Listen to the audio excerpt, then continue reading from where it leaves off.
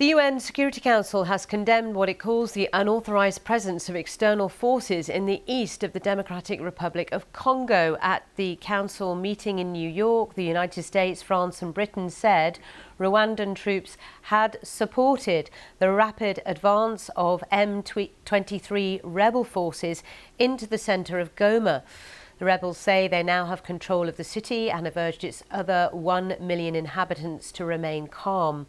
After several hours of gunfire on Sunday night, the streets are reported to be quiet this morning, with no reports of serious bloodshed. Well, let's bring in our Africa correspondent, Barbara Plett-Usher, who's following these events for us from Nairobi. Barbara, what more can you tell us about what's been happening in the last 24 hours? Well, Sally, the M23 has been advancing on Goma amid intense fighting in the past couple of days, actually, and in the past 24 hours, the rebel group says that it has taken control of the city. It says that it is currently at the city stadium registering weapons from surrendering Congolese soldiers who had issued an ultimatum for them to disarm by a certain time. And it says at this point it's doing that and has posted photographs to back up what it's saying. We also have a report or a notice separately from the Uruguay contingent of the UN peacekeeping force saying that indeed some Congolese soldiers have surrendered.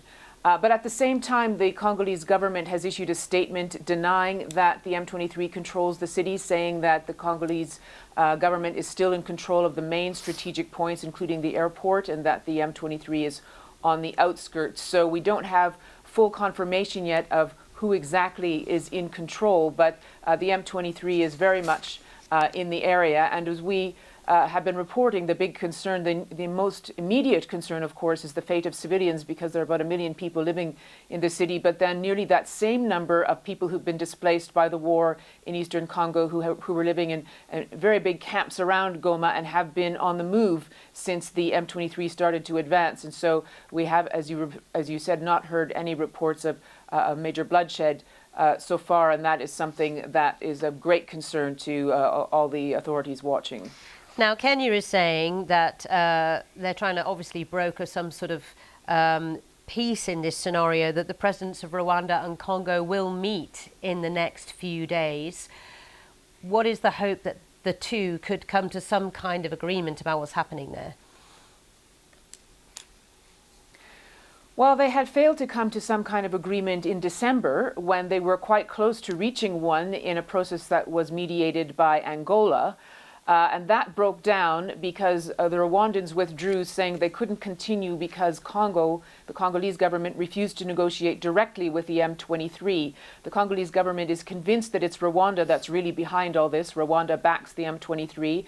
Kinshasa has accused it of sending forces over the border to help the M23 in its advance, something that Rwanda denies. Now, that particular version of events is supported by many Western countries, by the UN. The UN Secretary General has called on Rwanda to withdraw its forces. The Security Council didn't name Rwanda, but said external forces should pull back. And a UN report issued in the last year or so basically said there were 3,000 to 4,000 Rwandan soldiers in the Congo, and that one of the reasons they were supporting M23 was because they were helping to get minerals from Congo, which they then re-exported.